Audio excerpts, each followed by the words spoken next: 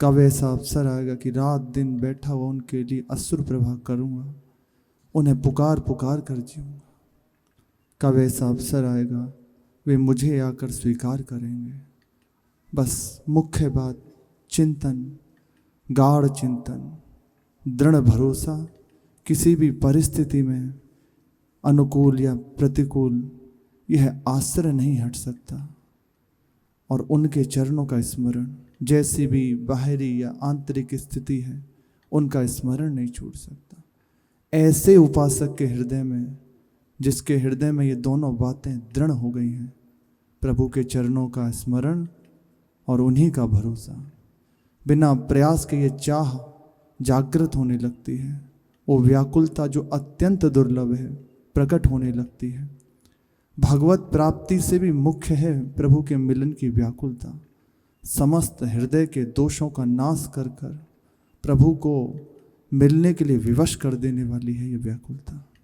श्री भोरी सखी कहती हैं, इतनी बात कृपा कर दीजिए, इतनी बात कृपा कर दीजिए।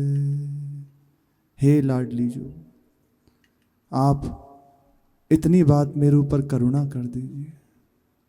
मैं और कुछ नहीं चाहता, मैं किसी योग्य भी नहीं हूँ जो कुछ और चाह करूँ, पर इतनी करुणा कर दीजिए। अब तक तो अपार कृपा करी ही है आपने, थोड़ी कृपा और कर दो। सोच सोच दृग ढारत आंसू, नैन नींद नहीं आवे। सोच सोच दृग ढारत आंसू, नैन नींद नहीं आवे। हाँ राधे मिरोर न कोई, तेरी तेरी अकुलावे। हाँ राधे मिरोर न कोई, तेरी तेरी अकुलावे। इतनी बात कृपा कर दीजिए। आपके इंतजार में, आपके चिंतन में, आपके मिलने की व्याकुलता में सोच सोच के मेरा हृदय फटता रहे। मुझे एक क्षण के लिए चैन न पड़े, नेत्रों से अश्रु प्रवाह होता रहे। इसी बात की सोच में कब मिलेंगे, कब भर नेत्र देखूंगा। न नींद है, न भूख है, न प्यास है, बस रात दिन एक ही बात लगी है, कब कब मिलेंगे। हे लाडली जू, हाँ किशोरी जू, आपके सिवा मेरा कोई नहीं। अब इस बात को आपके सिवा कौन जान सकता है। मैं बस आपको पुकार रहा हूँ, आप करुणा करके आ जाइए। हे प्रियाजू, इतनी बात मेरे हृदय में दे दीजिए। नाम रटूं चौके चहूं हेरे, पुल के सकल शरीरा। नाम रटूं चौके चहूं हेरे, पुल के सकल शरीरा। मिलिवे की अति लगे चटपटी, पल छिन परे ना धीरा। इतनी बात कृपा कर दीजिए। आपका नाम बस पुकार पुकार के, राधा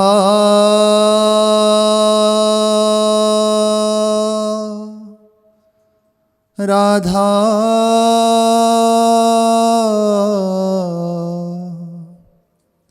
राधा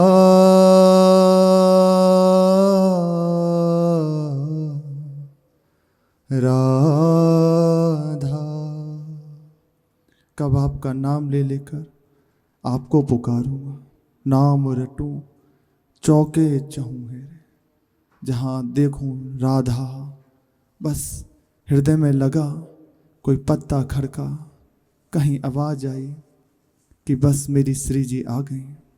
चौंके चौंक कर एक आश्चर्यपूर्वक सहसा कहीं देखूंगा, कब ऐसा अवसर आएगा।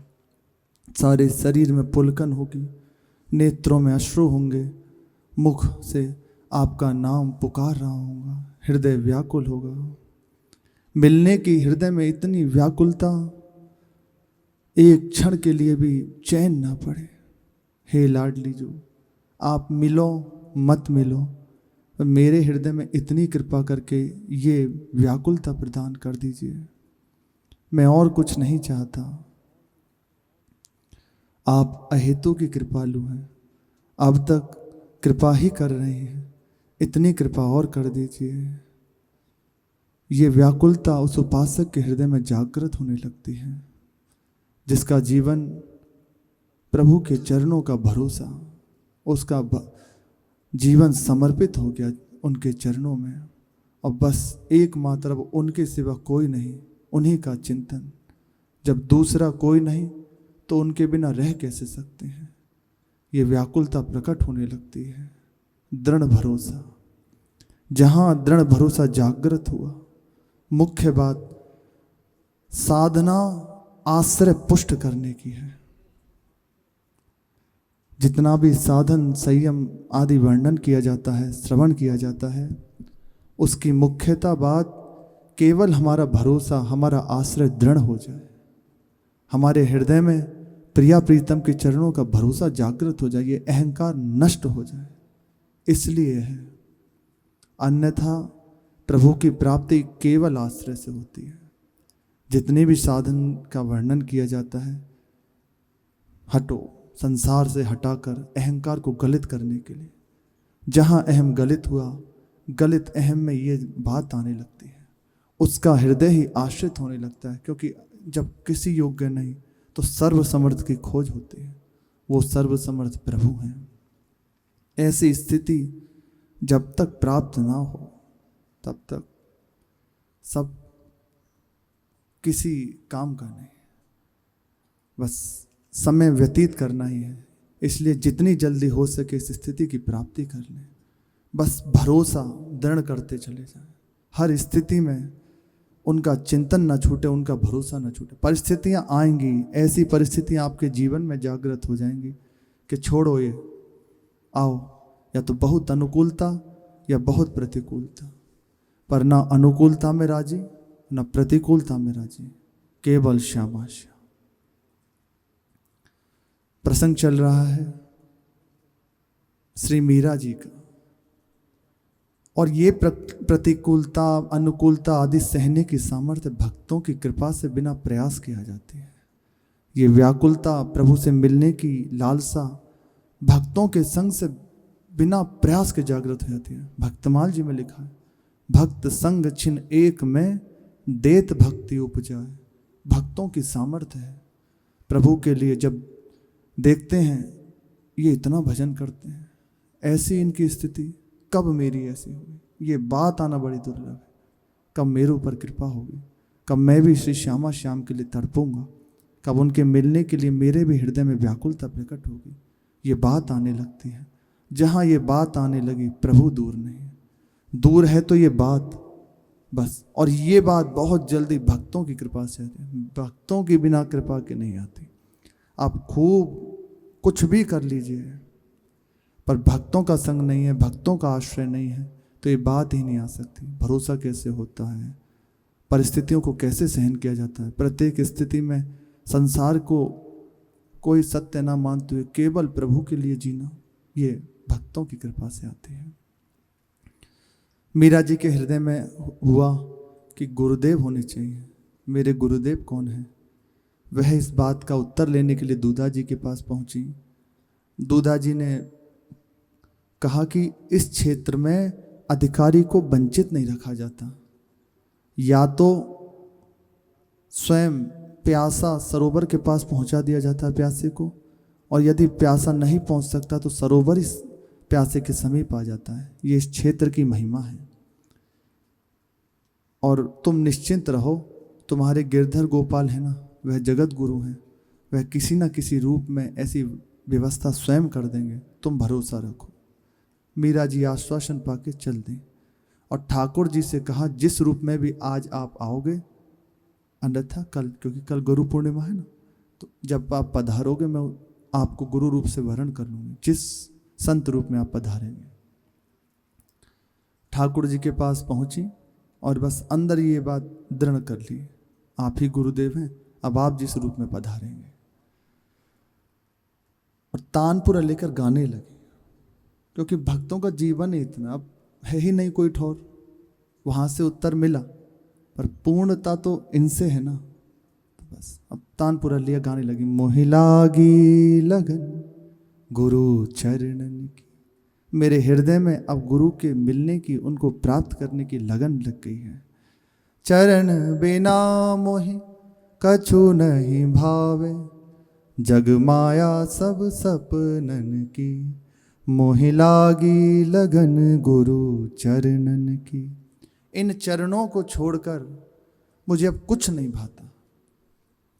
ये जग की माया जो है नहीं, ये जो कुछ दिखाई दे रहा है, ये स्वप्न का सब खेल है। जैसे स्वप्न में बहुत सारे सुंदर राज्य, राजा बनाए जा रहे हैं, हाथी घोड़े पालकी जय हो जो, लेकिन ये कुछ देर का है। जहाँ नेत्र खुले वहाँ सब गायब, आप साधारण सैया पर सोते हुए मिलेंगे। इसी प्रकार जो भी हम नेत्रों से दिखाई दे रहा है, ये सब झूठ है, मिथ्या है। पहला जहाँ ये बात आने लगेगी तभी इस प्रपंच से निकला जाता है। जब तक सत्य बुद्धि है संसार में, तब प्रपंच से निकला नहीं जाता, क्योंकि भावना दृढ़ हो गई, ये सत्य है तो सत्य रूप प्रभु को कैसे देखोगे। और इसी सत्य में सत्य रूप श्री शिव प्रभु विराजमान है जो हैं, पर उनका अनुभव बिना इसको हटाए नहीं हो सकता। इसलिए पहले अनुवय व्यतिरेक पद्धति ये नहीं है, और फिर अनुवय है। जो नहीं है तो फिर है क्या? जो कुछ दिखाई दे रहा है, बोले वही प्रभु है, वे हैं, उनको जानो। कह रहे हैं ये सब स्वप्न है, ये जो कुछ दिखाई दे रहा है सब स्वप्न है। वास्तविक बात है, थोड़ा सा हृदय में भजन बढ़े, प्रभु के चरणों का आश्रय बढ़े, तो संसार की ओर वृत्ति जाने में हृदय भयभीत होना शुरू हो जाएगा। अभी संसार का चिंतन करने में, सांसारिक चेष्टाएं करने में, देखने में बड़ा अच्छा लगता है, यदि वो ना देखे तो हृदय में घबराहट शुरू हो जाती है। इसी प्रकार जहाँ थोड़ा अंतःकरण पवित्र हो, प्रभु के अस्तित्व पर विश्वास हो, तो भयभीत होना शुरू हो जाएगा। भयावह भयंकर भयावह संसार है महापुरुष जन, इसलिए एक क्षण के लिए भी चित्त को इधर उधर नहीं होने देते, बस दृढ़ भरोसा, दृढ़ चिंतन प्रभु के चरणों का, क्योंकि सत्य वस्तु वही है। अनुभव उन्हीं को होता है संसार के जलद ज्वालम का, जो हट रहे हैं। इसमें रहकर सुख भोगते हुए ये बात जानी नहीं जा सकती कि ये सब दुख स्वरूप है ना। आप दुख स्वरूप कहोगे पर सुख बुद्धि संसार में ही रहेगी। इसे जब तक इससे निकलिए, और इसके निकलने का सहज उपाय संतों के चरणों का आश्रय, सत्संग, सत्संग रूपी उस शीतल जल में अवगाहन जहाँ होने लगा, तो संसार का ये भयानक ज्वाला आने लगेगी। ताप बहुत विचित्र, महाप्रभु कह रहे हैं ज्वलत ज्वालम शीतये, इस भयानक संसार के ज्वाला से मैं जल रहा हूँ, आप कृपा करके मुझे उबारिए। बड़े बड़े महापुरुष जन कह रहे हैं, पर हमें अनुभव में आ रहा है बहुत सुखद, बहुत अच्छा। कारण है अभी हमारी मति पलटी नहीं है, अभी सत्य आश्रय नहीं हुआ, अभी संसार का आश्रय है, संसार में सुख बुद्धि है, इसलिए भटकना है। निकलो निकलो, ये समय, ये मनुष्य देही केवल इसलिए मिली है, बहुत दुर्लभ है। विचार कीजिए, तोता बना दिया जाए, कोई जीव बना दिया जाए, मुख से बोल नहीं सकते, कुछ कह नहीं सकते, अपने हृदय की बात नहीं रख सकते, क्या करते? जैसा रख दिया, पिंजरे में बंद करके रख दिया तो बंद हो, अब फड़फड़ा रहे उड़ने के लिए, लेकिन नहीं उड़ सकते। आपको स्वतंत्रता दी है, मनुष्य शरीर मिला भगवत प्राप्ति के लिए, स्वतंत्र हैं, प्रभु की प्राप्ति करो बेपरवाह होकर, प्रभु की प्रसन्नता की। आप मुख से बोल सकते हैं, प्रभु का कीर्तन कर सकते हैं, नेत्रों से श्री श्यामा श्याम के दर्शन कर सकते हैं, शरीर से उनके जनों की सेवा कर सकते हैं, धाम में वास कर सकते हैं, पर वे स्वतंत्र नहीं हैं जो अन्य योनियों में हैं। देखो ना, होते ना पालतू, उनको पाल लिया था, अब जैसे नचा रहे हैं बस वैसे। प्रभु की अहेतु कृपा, ये सब देख के हृदय में प्रभु के चरणों में विश्वास होने लगता है, कितने कृपालु प्रभु हैं। यदि हमें ऐसी परिस्थिति दे देते तो ना हम कीर्तन कर पाते, ना उनकी सेवा कर पाते, बस भोग योनि, भोगो मरो, बस दूसरा कोई रास्ता नहीं, कुछ नहीं कर सकते। वो जैसे न चराए, क्या क्या दशाएं की जाती हैं, अहेतु की कृपा प्रभु की, जो इस ऐसे भयावह संसार से निकाल के अपने चरणों में, अपने धाम में रख लिया। कह रहे हैं ये जगमाया सब स्वप्न है, बस अब मैं जान गई हूँ, मेरे हृदय में गुरुदेव को पाने की लालसा जागृत हो गई है। भव सागर सब सुख गयो है, फिकर नहीं मोहि तरनन की, मीरा के प्रभु गिरधर नागर, आस लगी गुरु चरणन की, मोह लागी लगन गुरु चरणन की। जहां गुरुदेव के चरणों का आश्रय लिया, यही भयावह महान आनंद स्वरूप हो गया। इसी के बीच में रहते हुए प्रभु के होकर आनंद पूर्वक रह रहे, सुख स्वरूप आप हो गए। जो भी आपके आश्रय में आ जाएगा, आपके क्षेत्र में आ जाएगा, वह आनंद का अनुभव करेगा। ऐसे अनेकों महापुरुष हुए। एक उपासिका हुई पूज्य भाई जी की आश्रित, बस नाम को जीवन बना लिया, हृदय से भाई जी को गुरु मान लिया और उपासना में लग गए। इस कोटि की भजन की पद्धति अपनाई और ऐसी भजन की वृत्ति बढ़ी, रात दिन बस नाम और चिंतन। कुटिया के पास आकर लोग बैठ जाते, केवल उनसे नहीं मिल रहे, बाहर आके बैठ गए और बैठने मात्र से हृदय का प्रश्न खत्म हो जाते, हृदय की जलन शांत हो जाती। ऐसा प्रभाव हो गया। आज भी पूज्य श्री राम रतन दास जी महाराज का विराजमान है स्थल, वह ऐसा दिव्य है, उस परिसर में जाके बैठ जाओ, वह जल, वह पटिया अभी भी है।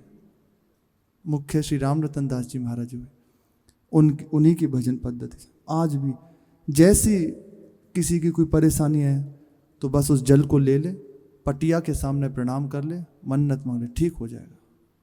ऐसी सामर्थ्य प्रदान हो जाती है गुरु चरणों के आश्रय से। गुरु के प्राप्त भजन में जहाँ उन्मत्त होने लगा, बस भवसागर सब सूख गयो, बिना प्रयास के। सेवक जी कहते हैं, भवसागर सुख तरत निकट हरिवंश जो सेवक। सेवक स्वरूप श्री गुरुदेव विराजमान हैं, गुरुदेव ही सेवक हैं, गुरुदेव ही आचार्य हैं, वह विराजमान। उनके चरणों के आश्रित होकर उनकी नौका में बैठे हुए, नाम रटन करते हुए, बिना प्रयास के सुखपूर्वक भयावह संसार से पार हो जाए।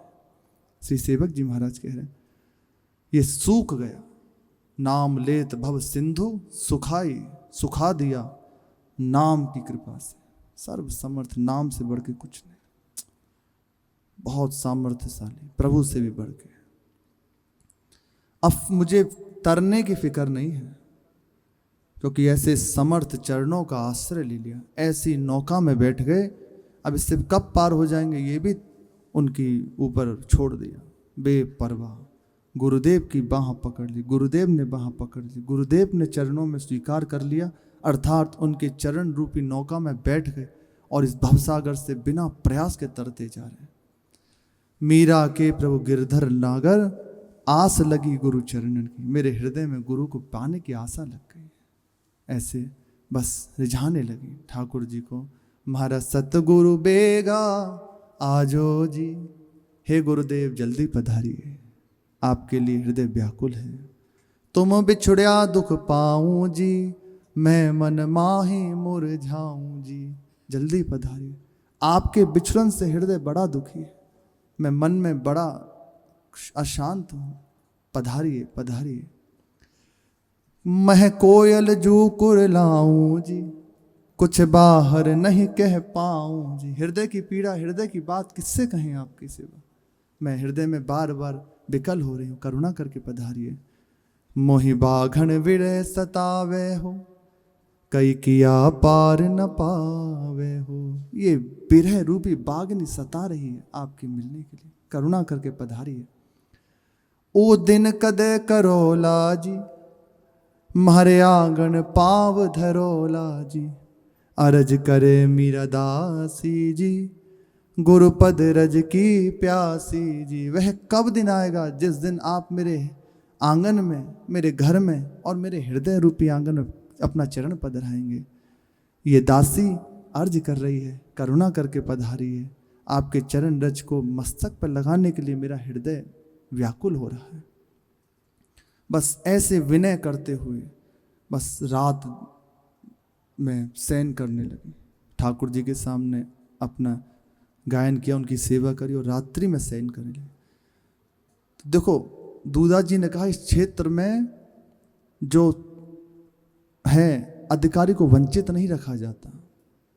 तो स्वप्न देखा मीरा जी ने, महाराज युधिष्ठिर की राजसभा लगी हुई, भगवान द्वारकाधीश विराजमान है, समस्त कौरव वंशी और पांडव वंशी विराजमान है, बड़े बड़े राजा पधारे हैं, बड़े बड़े ऋषि मुनि सब पधारे हुए हैं, करोड़ों करोड़ों की संख्या में, बहुत राजसू यज्ञ है ना, वहां पधारे। प्रभु मुख्य सिंहासन पर विराजमान है। तो सभा में प्रश्न उठा, ये मीरा जी ने स्वप्न में देखा रात्रि में, कि प्रथम पूजा किसकी की जानी चाहिए, प्रथम पूज्य और सर्वश्रेष्ठ कौन है जिसका प्रथम पूजन किया जाए। ऋषियों मुनियों की ओर से ध्वनि आई, श्री कृष्ण ही पूजा के योग्य हैं, वही प्रथम पूज्य हैं। वृद्ध महारथी और ज्ञानवद्ध परम भागवत श्री भीष्म जी खड़े हो गए, उनकी और महात्माओं की बात दोहराने लगे। युधिष्ठिर, श्री कृष्ण ही प्रथम पूज्य हैं, मेरा मत और समस्त ऋषियों का मत है। समस्त क्षत्रिय सभा में दिव्य ध्वनि होने लगी, हाँ श्री कृष्ण ही प्रथम पूज्य हैं, श्री कृष्ण ही गुरुदेव हैं। और उसी समय कनिष्ठ भ्राता श्री सहदेव जी उठे और उन्होंने कहा, हम श्री कृष्ण का पूजन करेंगे, भगवान श्री कृष्ण का पूजन करेंगे। यदि किसी को इस बात में कोई परेशानी है तो बता दे, अन्यथा बस हम प्रभु के ही चरणों की उपासना करेंगे, प्रभु की ही पूजा करेंगे। और जिसे सहन ना हो वह उठकर जा सकता है यहाँ से। इतनी बात जब सुनी, अनेकों ऋषि करोड़ों करोड़ों सभा में विराजमान हैं और सबके मध्य में जय जयकार प्रभु की हो रही है। मीरा जी का हृदय गर्व से भर उठा, सच्ची सच्ची नेत्र उठाकर देखा, सिंहासन पर विराजमान मेघवर्ण दिव्य बपू की शोभा, आह छवि सुषमा का उत्ताल लहरें लेता हुआ सौंदर्य सागर, नन्हा सा मानव देह। देख तो हम अपनी तरह ही रहे ना, पर अपार सौंदर्यता, अपार करुणा कृपा प्रभु की, उसमें ही अपार रूप सागर समावे कैसे, मीरा जी विचार कर रहे हैं। जो थोड़ा बहुत समाता है तो उसे सीमा में भी कैसे बांधा जाए, मुख से वर्णन कैसे करें। प्रभु जब प्रकट होते हैं तो अपने प्रत्येक गुण को, महिमा को, रूप को, सबको छिपा कर अवतरित होते हैं, संपूर्ण वैभव से थोड़ी अवतरित होते हैं, पूर्ण रूप नहीं।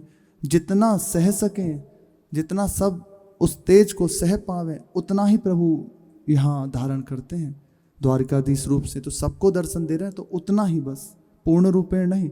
उसमें भी कह रही हैं कि ऐसा सुंदर स्वरूप कैसे वर्णन किया जा सकता है। वे अरुण अमल मृदुल चारु चरण अपने दोनों हाथों में भरकर देख रही हैं मीरा जी। देवी पांचाली के हाथों में थामी झारी से ढलते जल और नेत्र जल से धर्मराज श्री युधिष्ठिर जी महाराज अच्छी तरह धो रहे हैं। उठे और ऐसे चरण पकड़ के धो रहे हैं, नेत्रों से अश्रु प्रभा हो रहा है। श्री द्रौपदी जी ने आंचल से, अपने ही आंचल से भली प्रकार पहुंचे और धीरे से सुकोमल जो पाद पीठ है पुष्पों की, उस पर विराजमान किए।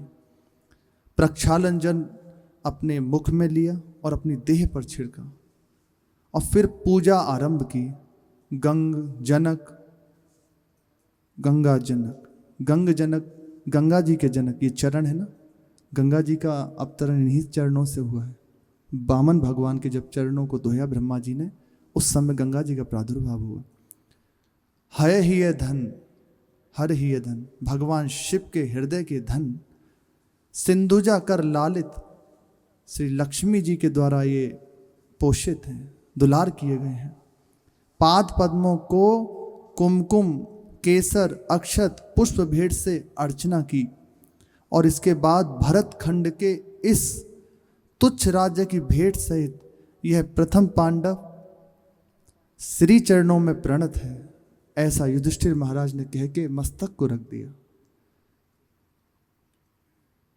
कहकर युधिष्ठिर ने अयोनिजा देवी स्वयं रखा और श्री पांचाली जी, द्रौपदी जी ने भी अपने मस्तक को उनके चरणों में पधरा दिया। साथ ही कोटि कोटि मस्तक जो भी विराजमान थे झुक गए एक साथ। ऋषियों ब्राह्मणों की ओर से स्वर उठने लगा, कृष्णम वंदे जगद्गुरुम, कृष्णम वंदे जगद्गुरुम। घोष के साथ ही जैसे ही ये दिव्य घोष होने लगा कि श्री कृष्ण ही जगत गुरु हैं, बंदे इनकी जय हो, इनकी वंदना करते हैं, आंखें खुल गईं। जो ही ये दिव्य घोष होने लगा, नेत्र खुल गए मीरा जी के और सहसा उठ के कहने, कहाँ गए? अभी तो उस नेत्रों के सामने थे, कहाँ चले गए? थोड़ी देर व्याकुल होने, तत्काल व्याकुल हो उठे। करुणा कृपा पूर्ण बड़े बड़े नयन, वह मधुर मुस्कान, युधिष्ठिर महाराज कैसे चाप से चरणों को धो रहे थे। उनके हाथ मानो उन चरणों से बिलग ही नहीं होना चाहते। प्रभु को पा लिया, अब क्या पाना बाकी रहा। जब तक ये सब कुछ अच्छा लग रहा है, जब तक प्रभु को नहीं देख पा रहे, जब तक इनको मिलने के लिए बात नहीं आ रही, तभी तक ये सब लुभा रहा है। जहाँ प्रभु के लिए थोड़ी सी बात हृदय में विकलता शुरू होने लगी ना, ब्रह्मादिक के भोग सब विषम लागत ताई, नारायण व्रत चंद की लगन लगी है जाए। नारायण हरि मिलन में यह पांचों नासुहात छोड़ना नहीं पड़ेगा। विषय भोग निद्रा हंसी जगत प्रीति बहु बात, ये बिना प्रयास के छूट जाए। करना नहीं पड़ेगा। वैराग्य क्या होता है? छूट गया, होश ही नहीं। उनके हाथ मानो चरणों से बिलग ही नहीं होना चाहते। मीरा जी ऐसे बार बार वो स्वप्न के देख रही हैं, विचार कर रही हैं। देवी द्रौपदी जी धर्मराज के मुख पर विनय, धर्मराज जी के और द्रौपदी जी के मुख पर ऐसी विनय, प्रेम और समर्पण के भाव, अपनी ही चढ़ाई हुई वे वस्तुएं, वह बहुमूल्य पूजन समारंभ उन्हें अत्यंत तुच्छ लग रहा है। उनकी क्षण क्षण चंचल होती वह विवश दृष्टि मानो कहती थी कि वह यह चक्रवर्ती पद, धरा की यह संपत्ति, मेरी ये देह, यह प्राण, आह कुछ भी तो ऐसा नहीं जो इन चरणों में चढ़ाकर तनिक सा संतोष पा सकूं। प्रभु से बढ़ के कुछ है क्या? सब कुछ इनसे है। आज कल के प्रसंग में सुना कि दुर्योधन और अर्जुन एक साथ पधारे भगवान के पास उनको अपने पक्ष में करने के लिए। अर्जुन जी चरणों में दैन्यतापूर्वक बैठे और दुर्योधन भगवान के सिराने बैठे। दोनों ही हमारे लिए प्रणाम करने योग्य हैं, प्रभु का दर्शन कर रहे हैं, संबंधी हैं, किसी भी भाव से हैं तो प्रभु से। तो बस जब उठे कहा क्या चाहिए तुम्हें, मैं चाहिए या फिर मेरी अक्षरोहिणी सेना, 10 करोड़ गोप, महान बलशाली।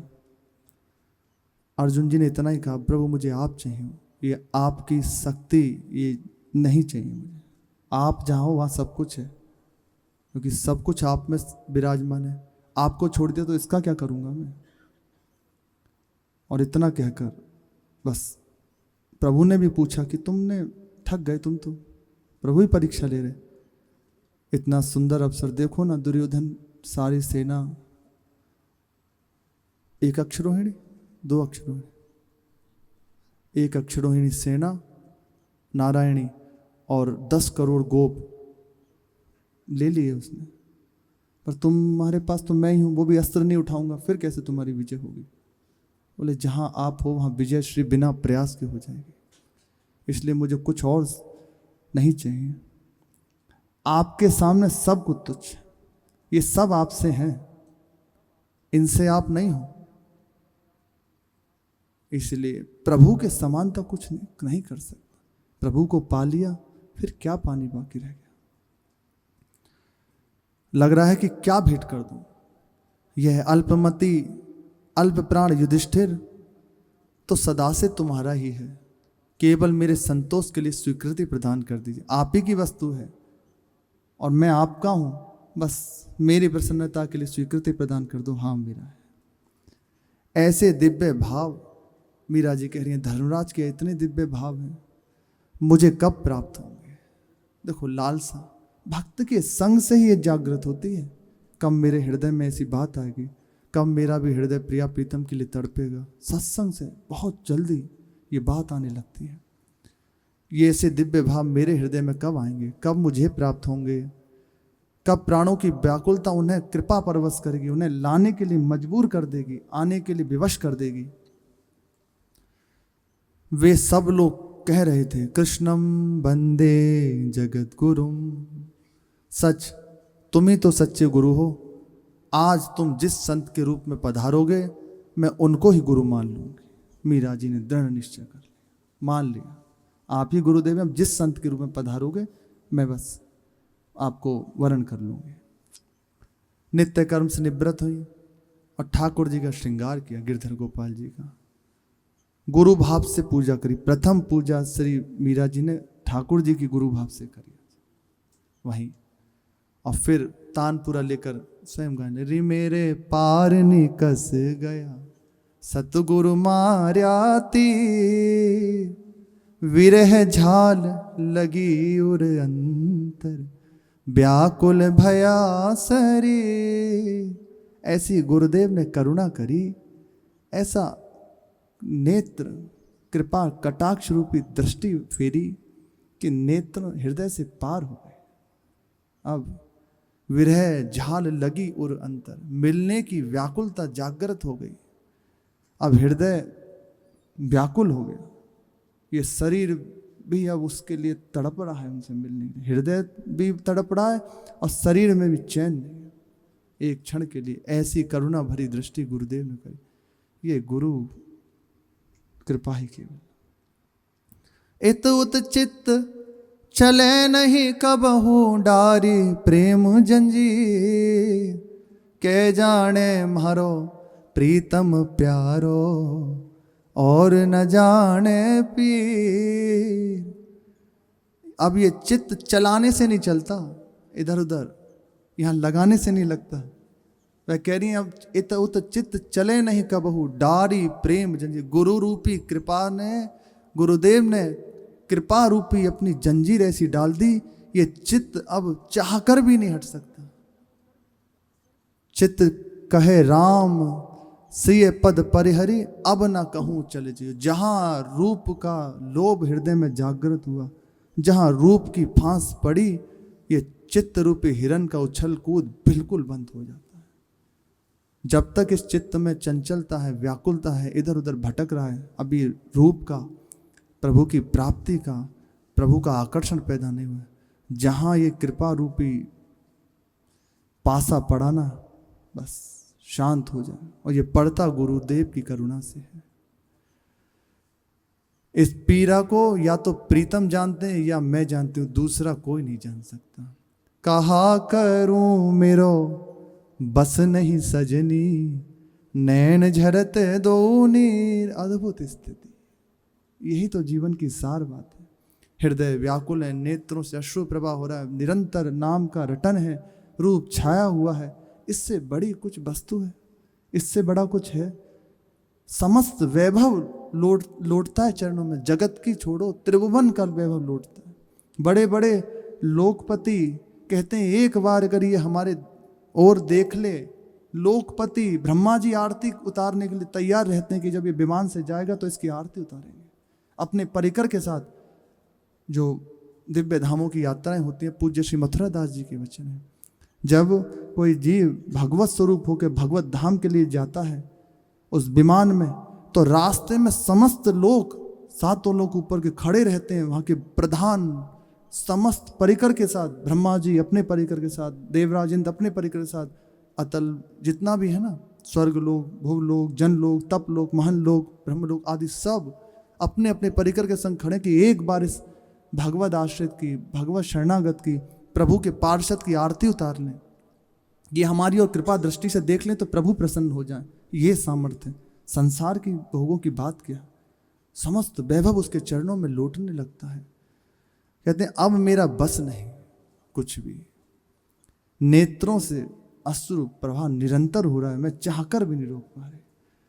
मीरा कहे तुम मिलिया बिन प्राण धरत नहीं। अब ये प्राणों को धैर्य जब तक आप नहीं मिलेंगे तब तक नहीं हो सकता। मीरा कहे प्रभु तुम मिलिया बिन प्राण धरत नहीं थे। बंद नेत्रों से निरंतर अश्रु का प्रवाह, वक्षस्थल भीग रहा है। प्राणों की व्याकुलता ने कंठ पर मानो आवेग की श्रृंखला चढ़ा दी। वाणी कैद हो गई, रुक गई, कुछ बोला नहीं गया।